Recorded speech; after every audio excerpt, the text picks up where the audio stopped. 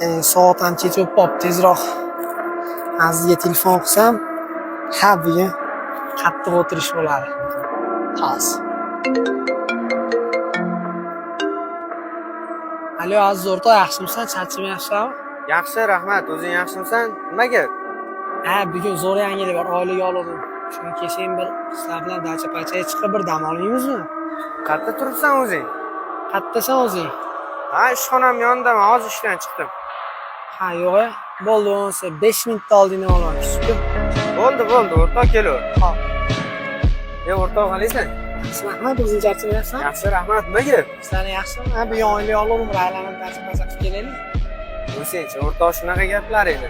Puling halol topyapsan, to'g'rimi? Gaping ham to'g'ri endi. Odam hayotda bir marta keladi. Maza qilib dam olish kerak, qachon bo'ladi? Shu halol topayotgan pulingni undan ko'ra ota-onangga sarflasang bo'lmaydimi?